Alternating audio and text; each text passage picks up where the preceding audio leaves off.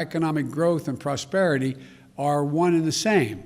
When I think of climate change, I think of, and the answers to it, I think of jobs. A key plank of our Build Back Better recovery plan is building a modern, resilient climate infrastructure and clean energy future that will create millions of good-paying union jobs, not $7, $8, $10, $12 an hour, but prevailing wage and benefits. You know, we can put millions of Americans to work modernizing our water systems, transportation, our energy infrastructure to withstand the impacts of extreme climate. We've already reached a point where we're going to have to live with what it is now. That's going to require a lot of work all by itself without it getting any worse. When we think of renewable energy, we see American manufacturing, American workers racing to lead the global market.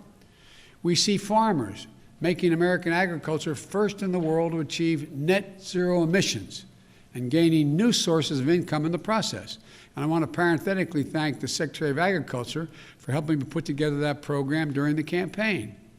We see small business and master electricians designing, installing, and innovating energy-conserving technologies in building homes and buildings. And we're going to reduce electric consumption and save hundreds of thousands of dollars a year in energy costs in the process.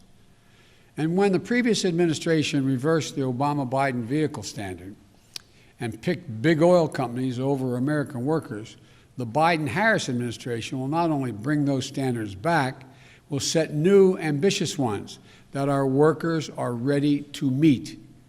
We see these workers building new buildings, installing 500,000 new electric vehicle charging stations across the country as we modernize our highway system to adapt to the changes that have already taken place. We see American consumers switching to electric vehicles through rebates and incentives, and the residents of our cities and towns breathing cleaner air, and fewer kids living with asthma and dying from it. And not only that, the federal government owns and maintains an enormous fleet of vehicles, as you all know. With today's executive order, combined with the Buy American executive order I signed on Monday, we're going to harness the purchasing power of the federal government to buy clean, zero-emission vehicles that are made and sourced by union workers right here in America. With everything I just mentioned, this will mean 1 million new jobs in the American automobile industry, 1 million. And we'll do another thing. We'll take steps towards my goal of achieving 100% carbon pollution-free electric sector by 2035. Transforming the American electric sector to produce power without carbon pollution will be a tremendous spur to job creation and economic competitiveness in the 21st century. Not to mention the benefits to our health and to our environment. Already, 84% of all new electric capacity planned to come onto the electric grid this year is clean energy. Clean energy. Why? Because it's affordable, because it's clean, because in many cases it's cheaper, and it's where we're keeping up. They're keeping up. We're going to need scientists and national labs, land-grant universities, historical black colleges and universities to innovate the technologies needed to generate, store, and transmit clean electricity across distances, and battery technology and a whole range of other things. We need engineers to design them and workers to manufacture them. We need iron workers and welders to install them. Technologies they invent, design, and build will ultimately become cheaper than any other kind of energy, helping us dramatically expand our economy and create more jobs with a cleaner environment. And we'll become the world's largest exporter of those technologies, creating even more jobs. You know, we're also going to build 1.5 million new energy-efficient homes and public housing units that are going to benefit communities 3 times over. 1, by alleviating the affordable housing crisis. 2, by increasing energy efficiency. And 3, by reducing the racial wealth gap linked to home ownership. We're also going to create more than 250,000 jobs to do things like plug the millions of abandoned oil and gas wells that pose an ongoing threat to the health and safety of our communities. They're abandoned wells. They're open now. And we're going to put people to work. They're not going to lose jobs in these areas. We're going to create jobs. They're going to get prevailing wage to cap those over 1 million wells. These aren't pie-in-the-sky dreams. These are concrete, actionable solutions. And we know how to do this. The Obama-Biden administration reduced the auto industry, rescued the auto industry, and helped them retool. We need solar energy, cost competitive with traditional energy, weatherizing more. We made it cost competitive, weatherizing more than 1 million homes. The Recovery Act of our the Democratic administration, made record clean energy investments, $90 billion. The president asked me to make sure how that money was spent on everything from smart grid systems to clean energy manufacturing. Now, the Biden-Harris administration is going to do it again and go beyond. The executive order I'll be signing establishes a White House Office of Domestic Climate Policy, and it'll be led by one of America's most distinguished climate leaders, former EPA Director Gina McCarthy. As the head of the new office and my National Climate Advisor, Gina will chair the National Climate Task Force, made up of many members of our cabinet, to deliver a whole-of-government approach to the climate crisis. It's not time for small measures. We need to be bold. So let me be clear. That includes helping revitalize the economies of coal, oil, and gas and power plant communities. We have to start by creating new good-paying jobs, capping those abandoned wells, reclaiming mines, turning old brownfield sites into new hubs of economic growth, creating new good-paying jobs in those communities where those workers live, because they help build this country. We're never going to forget the men and women who dug the coal and built the nation. We're going to do right by them, make sure they have opportunities to keep building the nation in their own communities and getting paid well for it. While the whole-of-government approach is necessary, though, it's not sufficient.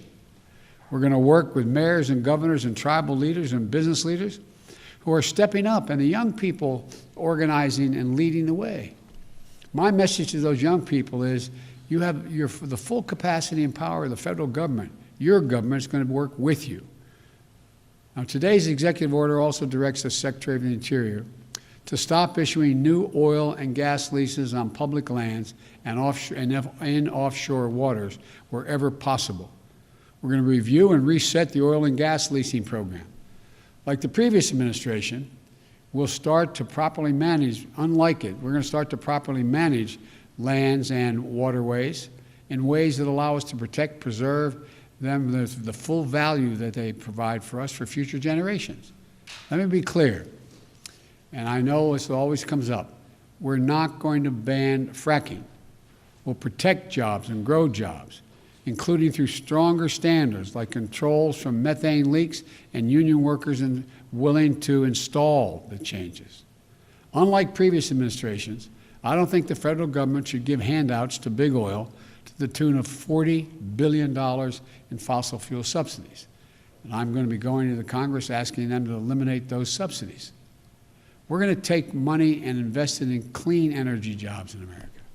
Millions of jobs in wind, solar, and carbon capture. In fact, today's action is going to help us increase renewable energy production from offshore wind and meet our obligation to be good stewards of our public lands. It establishes a new, modern-day civilian climate corps that I called for when I was campaigning to heal our public lands and make us less vulnerable to wildfires and floods. Look, this executive order I'm signing today also makes it official that climate change will be at the center of our national security and foreign policy. As Secretary Kerry, as our special presidential envoy for climate, with him, the world knows how serious I am about by appointing one of America's most distinguished statesmen and one of my closest friends speaking for America on one of the most pressing threats of our time. John was instrumental in negotiating the Paris Climate Agreement that we rejoined, this administration rejoined on day one, as I promised. And today's executive order will help strengthen that commitment by working with other nations to support the most vulnerable to the impact of climate change and to increase our collective resilience. That includes a summit of world leaders that I'll convene to address this climate crisis on Earth Day this year. in order to establish a new effort to integrate the security implications of climate change as part of our national security risk assessment and analysis will also be included. With this executive order, environmental justice will be at the center of all we do addressing the disproportionate health and environmental and economic impacts on communities of color, so-called fence line communities, especially those communities, brown, black, Native American, poor whites. It's hard, the hard-hit areas like Cancer Alley in Louisiana, or the Route 9 corridor in the state of Delaware. That's why we're going to work to make sure that they receive 40% of the benefits of key federal investments in clean energy, clean water, and wastewater infrastructure. Lifting up these communities makes us all stronger as a nation and increases the health of everybody.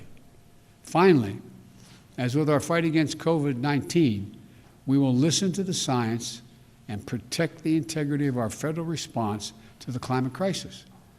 Earlier this month, I nominated Dr. Eric Lander, a brilliant scientist who is here today to be the director of the Office of Science and Technology. I also nominated another brilliant scientist, Dr. Frances Arnold and Dr. Maria Zuber, to co-chair the President's Council of Advisors on Science and Technology, so-called PCAST, that President Eisenhower started 6 weeks after the launch of Sputnik. It's a team of America's top scientists charged with asking the most American of questions: what next? What's the next big breakthrough? And then helping us make the impossible possible. Today, I'm signing a presidential memorandum making it clear that we will protect our world-class scientists from political interference and ensure they can think, research, and speak freely and directly to me, the Vice President, and the American people.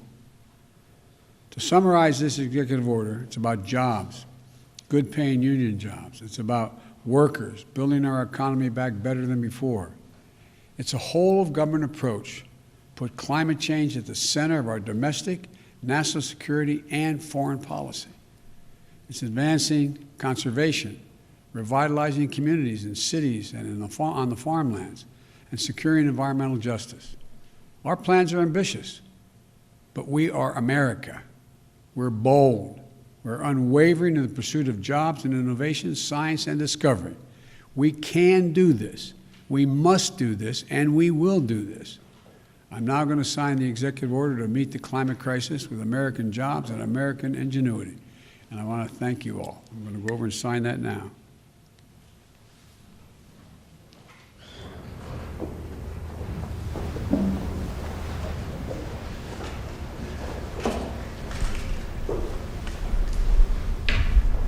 Use the right pen, sir.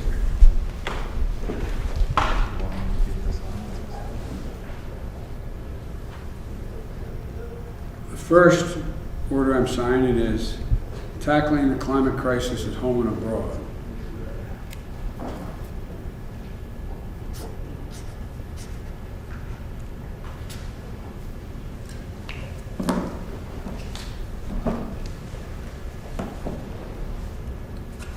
This next one, restoring trust in government through science and integrity and evidence-based policymaking.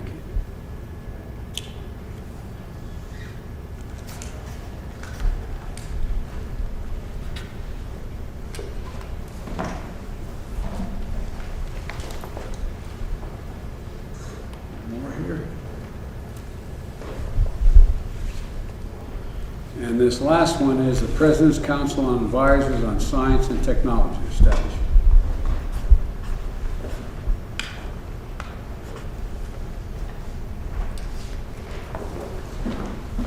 I thank you all for your time. Sir, what sacrifices are you asking Americans to make? Thank you. Mr. President, will you just bring back the emergency on climate change, you guys? Sir, you're holding, you still support the greenhouse gas? Still support the greenhouse gas?